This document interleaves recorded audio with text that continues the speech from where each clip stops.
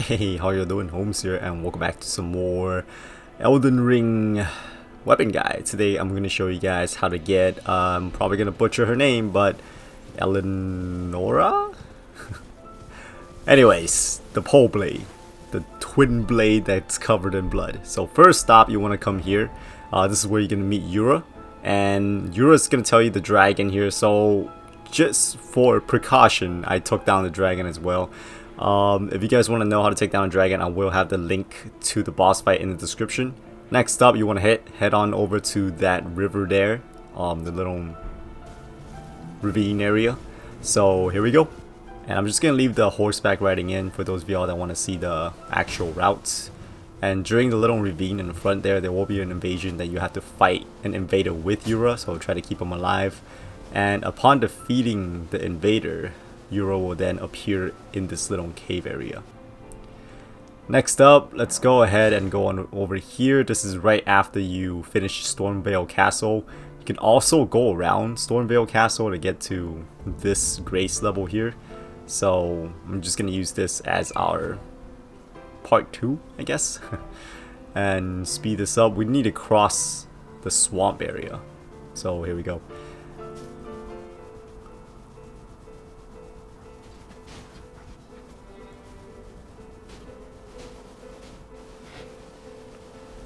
During the swamp area, once we get towards the destination we have to go to, there will be a dragon. You do not have to kill the dragon. Oh, and I highly recommend you hit up this grace right here. This will save us a lot more time later. So make sure you hit this up before getting to the destination. So just a little thing that's going to help us out. So yeah,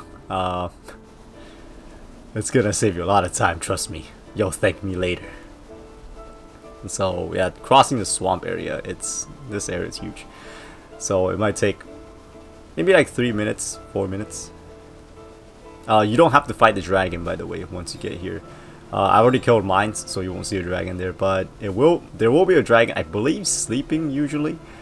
If you want to kill it, if you don't, then you don't have to. Once you get here, that guy will give you, it's right here, that guy will give you this Glintstone Academy key. This is key. This is a key item because we need this to progress the quest line to unlock the Twinblade. So head on over back to the grace that I had you guys rest at right here, and the reason for that is because there's a shortcut to get into the academy from the front. So from that grace, you come to this little pillar here. And make sure you miss the steps like that, because that's part of it, you know. And hit this thing over here and let yourself get warped to the next location.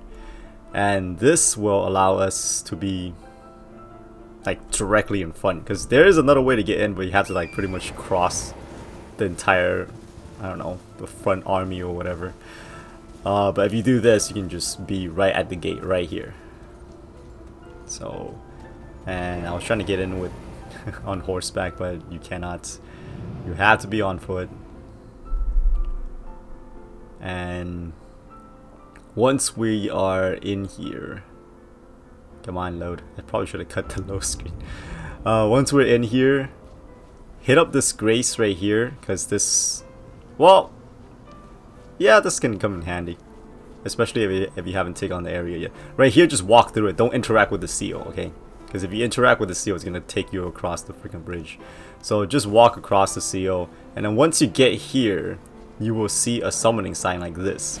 So this time, you're helping Yura invade an NPC. So upon completing the task, make sure Yura is alive.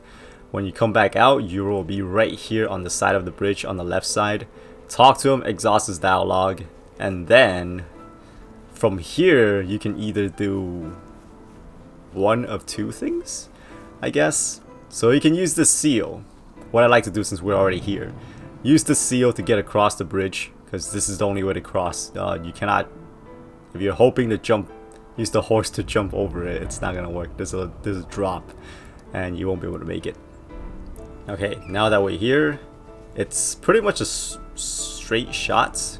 Just follow the road as much as you can, I guess.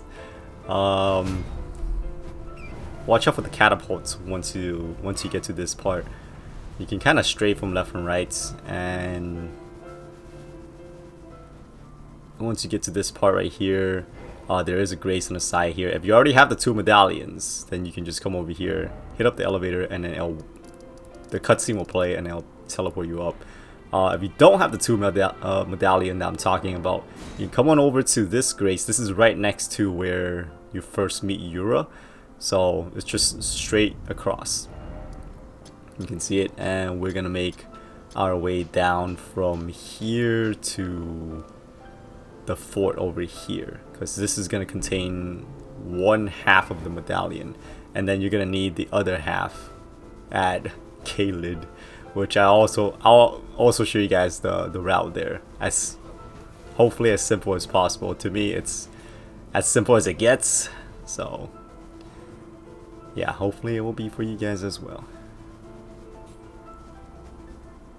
So just kind of get down here. There will be hostiles at the fort, so both of them will have hostiles, but you can pretty much just run past them. This one you gotta be careful because there are hostiles that throw Molotov, and there are barrels that can blow up. Once on top of the tower, there's the chest. It's enemy free up here, so don't worry about it. And there's a medallion. And second location is gonna be right here at Kaled. So first of all, we're gonna go to the Storm Hills, so it's pretty close to the beginning, like where you first start the game. You pretty much just go straight up. I showed off the map there, so if you guys want, you can use the map to figure it out how to get up. But this is Storm Hill area, and pretty much I wouldn't say it's a straight run. There is a little bit of ups and downs with this one, so yeah. But running from the beginning to Storm Hill should take like less than 5 minutes. Well, you don't start off with the mount, so maybe it will take 5 minutes. But anyways, once you get like to Storm Hill, you can just do this.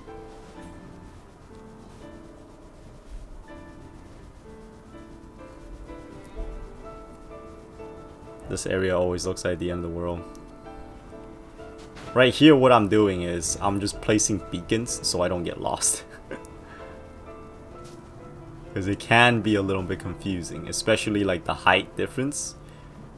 Sometimes you'll run into a wall, or sometimes you'll run into a super deep drop. And finally we can get to the fort. The fort, I don't recommend you fighting the enemies here because they're kind of annoying.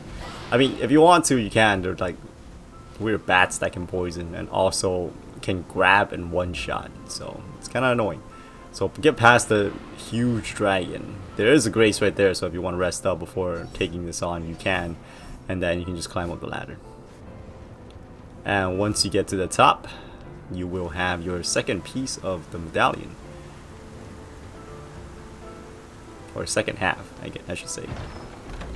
And the enemies downstairs cannot follow you up, so don't worry about it. Now that we got the 2 medallions, head on back to where we were at earlier, that we made a stop at, and then just interact with the part where you need to use your medallion, and then you'll be up here, and then just follow this path.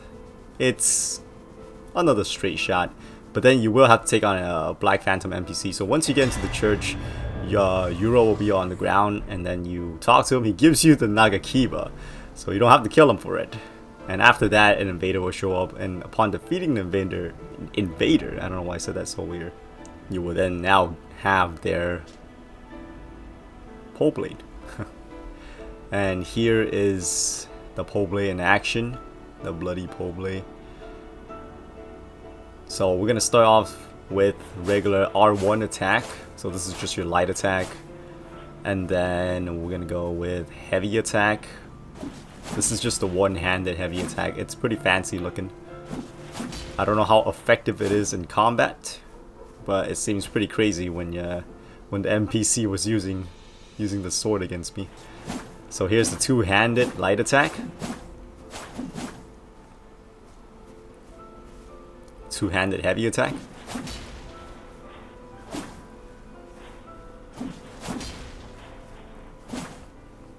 And finally, the thing that everyone's been waiting for, weapon art. this is the L2 attack, which is pretty cool. You can use two hand or one hand, it's the same moveset, but it is a long moveset. Look at this. I think that's like 2 hits right there. That's 1, and then the spin forward or spin back, that's 1. That's the second hit, I believe. And yeah, that's pretty much gonna wrap it up for Eleonora's Twinblade guide. So thank you all so very much for watching, and I hope to catch you all next time. Oops.